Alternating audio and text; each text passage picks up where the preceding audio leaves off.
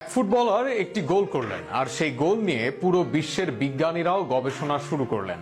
কি আশ্চর্য হচ্ছেন? আশ্চর্য হবারই কথা।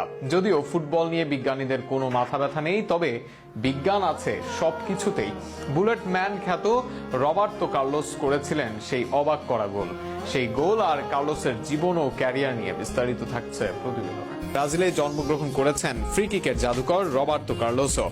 ব্রাজিলের বেশিরভাগ ফুটবলারের মতোই দারিদ্র এক পরিবার থেকে উঠে আসা কার্লোস ইতিহাসের অন্যতম সেরা লেফট ব্যাক।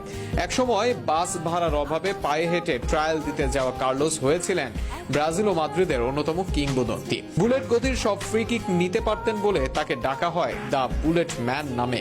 ফ্রান্সের বিরুদ্ধে ওই ম্যাচে ফ্রি কিক পায় ব্রাজিল। শটটি নেওয়ার আগে কেউ বুঝতে পারেননি কি হতে চলেছে, কারণ বলটি যেখানে বসানো ছিল সেখান থেকে সোজাসুজি গোলে মারা সম্ভব ছিল না।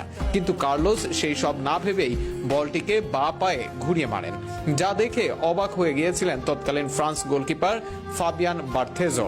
দেখে মনে হয়েছিল বলটি কর্নার ফ্ল্যাগের দিকে যাবে, কিন্তু সবাইকে অবাক করে বলটি বিপরীত দিকে ঘুরে পোস্টের গা ঘেঁষে গোলে ঢুকে যায়।